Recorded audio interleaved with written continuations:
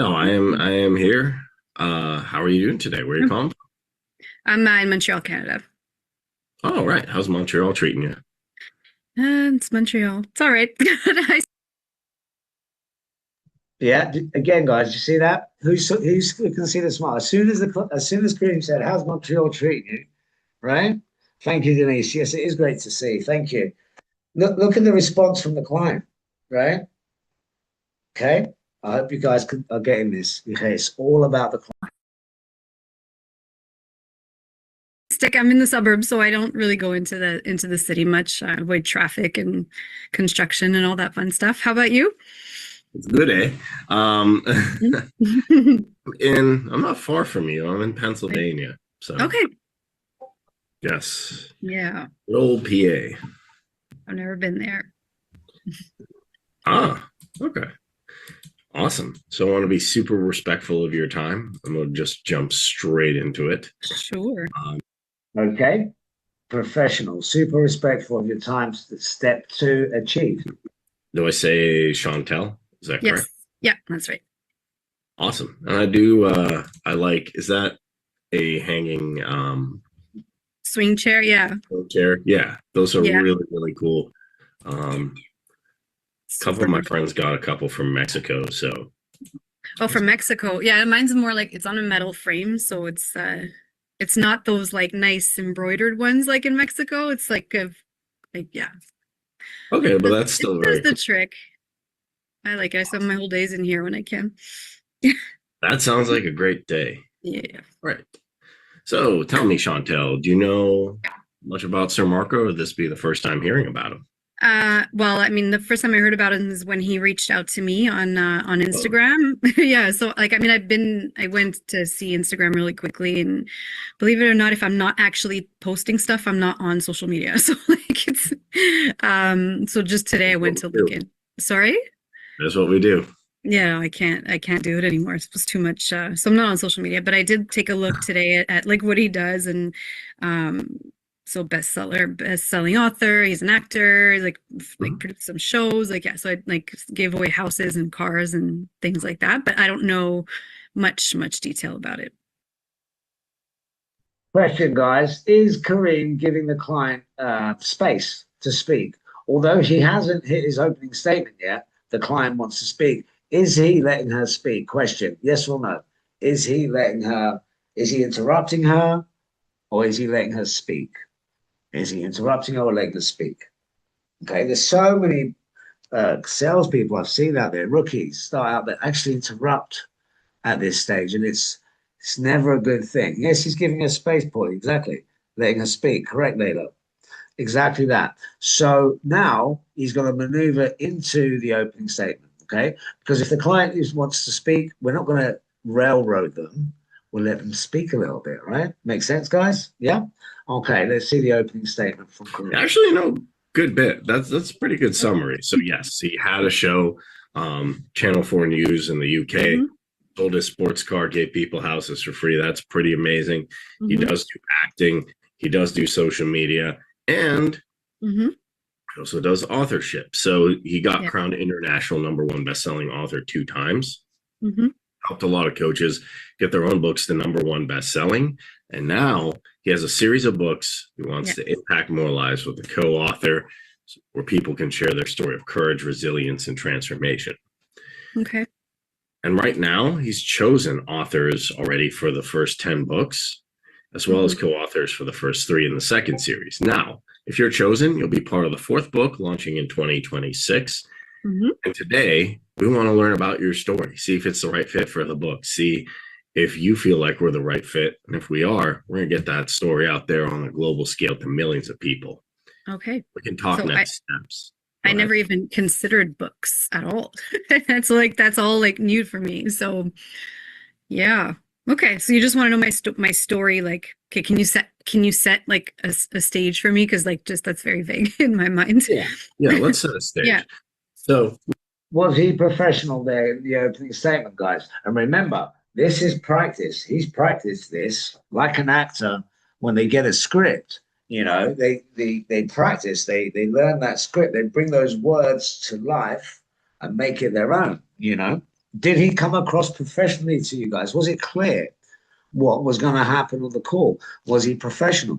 Let me see some yeses if you agree, or if you don't, you know, let me know. Practice every week. Yes, we build on it. We build those layers. One sentence, two sentences, paragraph, two paragraphs, right? Rehearse, rehearse, rehearse in a public group environment like group coaching, and they bang the same result every time. You know, a professional opening statement. Now look at what happens here. We want to have this to be a guaranteed #1 best-selling author. So, Okay. you know, some people just like, yeah, you know, I got up, I had a sandwich and all that's fine.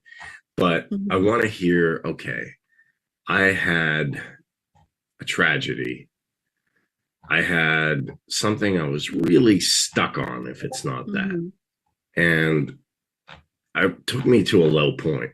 And then I realized something. I took action on something. Right. Okay. And then now I'm in this position, completely changed. What that's going to do is allow people to help you. So instead of playing the social media game of post, hope, post, they say, oh, best-selling author. You say, yeah, you're an expert in this. Yes. You earn royalties from the book, and you get people from Sir Marco's audience and your own. And they go, wow, Chantel's really good at this.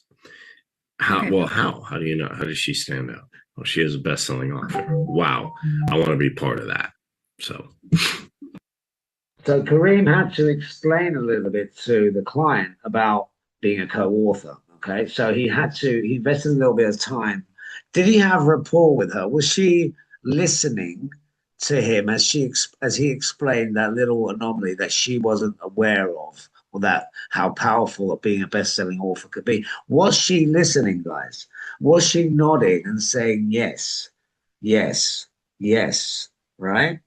Okay, super important, because it varies, right? People are unique, but in a minute you're going to see when she starts talking, she doesn't stop. It's amazing. Okay. Interesting. Yes. All right. Well, I hope my story is good enough for that. All right, we're on 4 minutes and 36. Okay, now let's. It's not. This is a complete stranger. Remember, guys, complete stranger, guys. Not like this super tragic thing, but it was a lot. Have to be, you know. Yeah, I grew up in a first generation immigrant family, right? So they came in with their very narrow-minded and expectations.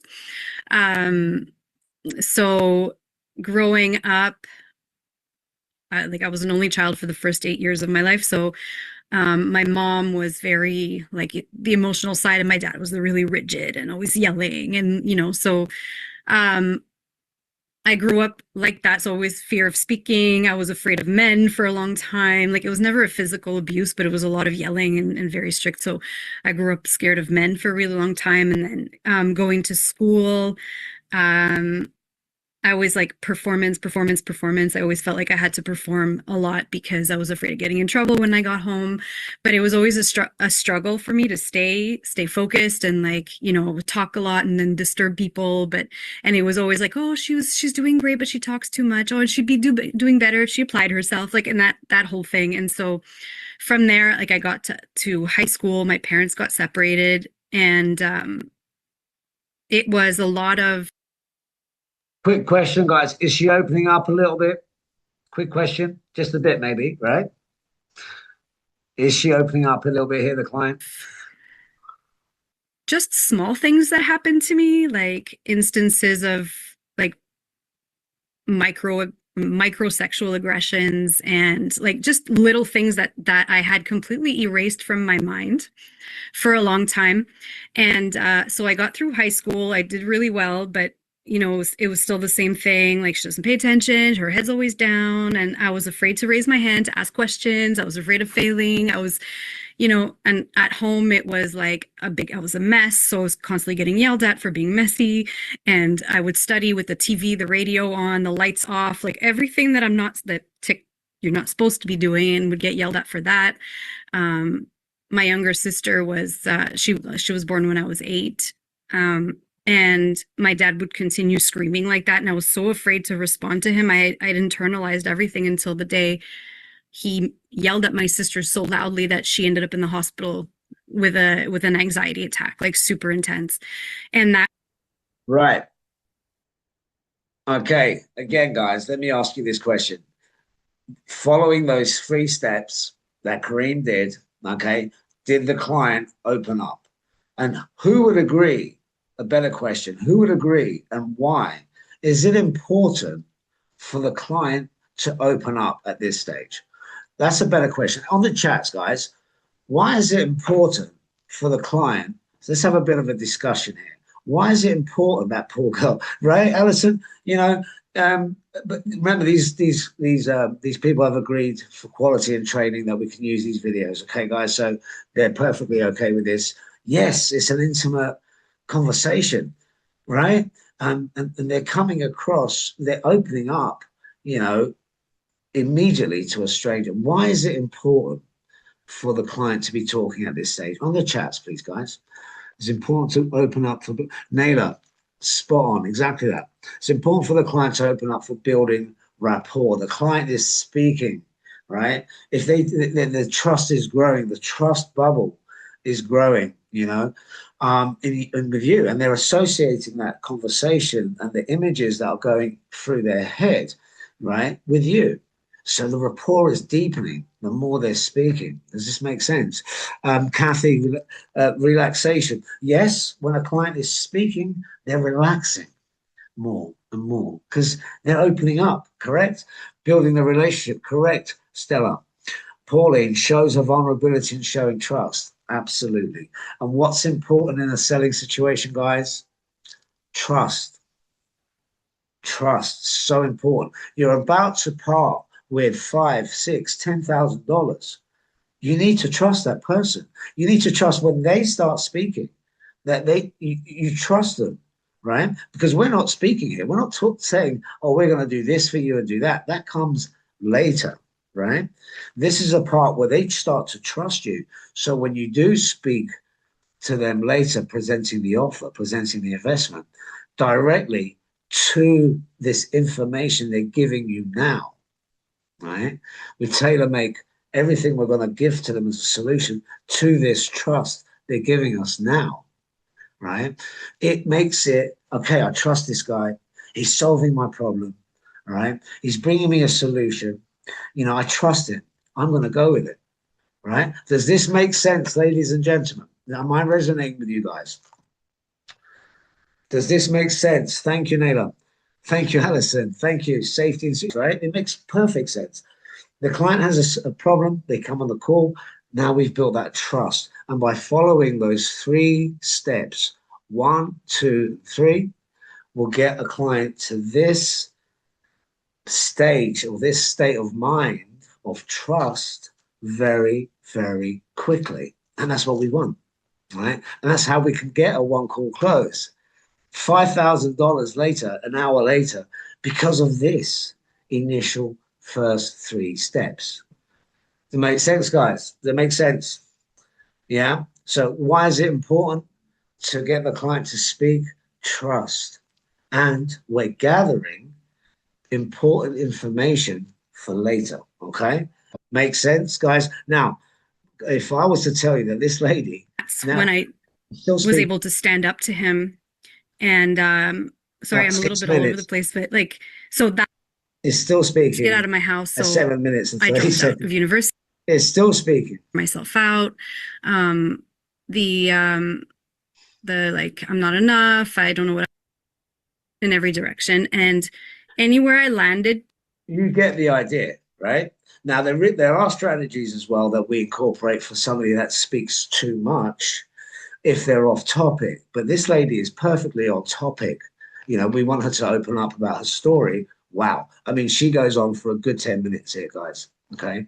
She opened up, and it's important information that the good closer will have a pen and paper, right? Taking notes for later. Taking notes of the hot buttons, right? What is it here that really motivates or demotivates the client, okay? Does this make sense, guys? Are you learning something here? Have you learned something? Have you had any takeaway nuggets, golden aha moments here? If you have, thank you. Yes, like, can you type in the chats what these moments are, please? What these aha moments so far? Because again, you're learning just by tapping and typing. You're learning yourself, right? Very educational. How was educational, Kathy? What have you learned here? In step one, step two, step three. Unconscious rapport, gaining that immediate trust, right? Asking permission gets us to opening statement. What unlock the client to speak openly and with trust to you. Okay. Okay, I can't overemphasize that point, guys. It's super important. Let me see if I can. And I have a few more here, but due to time, you get the idea. This lady spoke for a long time, okay? And that's fantastic because when it gets to Kareem's time to speak, she will allow it, okay? Okay, right. Now, next slide. Here we go. Technology, keep with me. It's broadening your perspective, Kathy. Fantastic. I hope so. We're going to listen to one more just so you get the idea, because this guy comes on with a little bit of a hello there, Mark. Unhappy face. Yeah, you're right, mate. Yeah, not too bad. Not too bad. And yourself? Yeah, pretty good, man. Pretty good. Okay, awesome. Well, pleasure to meet you, Mark. Whereabouts are you calling from today? North London. Oh, sweet. Nice. North London. Yeah. How's that treating you? Oh, that's all right. It's a bit. Guys, you getting this? Do you see that smile? Who saw the smile? Who saw the state change? He's a great closer, isn't he? A lovely guy as well. Who saw the state change? This is important, guys. When he said, "How is North London treating me?" Yeah. How is North? Did you see the state change in the client? Yeah. Thank you, Nina. It does change. Yes, Andrew is amazing. Love Andrew. I've met him a few times. Flown him out to Portugal when he won Close of the Month. Great guy. Did you guys see that? Very important. He's smiling. Grey outside, but other than that, yeah. Yes, he's smiling now, right? He's been honored. Yeah. All right, guys. So I just wanted to share that with you because it is super important that we do this and we do it properly, you know, and that's what we teach on the trainings. The opening statement, for example, that's something that we layer on. And then the rest is the qualification, which is what you're going to be learning tomorrow on day 4. The qualification, blocking the objections, the next few steps, okay? The questions that you ask at this stage, because you've got that trust, you have the platform to ask deeper questions. So the questions we prepare for you are questions that solve, that bring out the problem that our product or services solve. Okay, we know they're there they have a challenge. We know we can help them. So we ask the questions now because we've got a client that's listening to us. They trust us. The next stage, which is tomorrow, day 4, we'll be deeper diving into that. Okay, it's quite simple. I hope it's all been commonsensical to you, but it gets the best state from the client, gets them into that place where we can now ask them questions and get them to really open up more. Well done. It's been a great session. Thank you.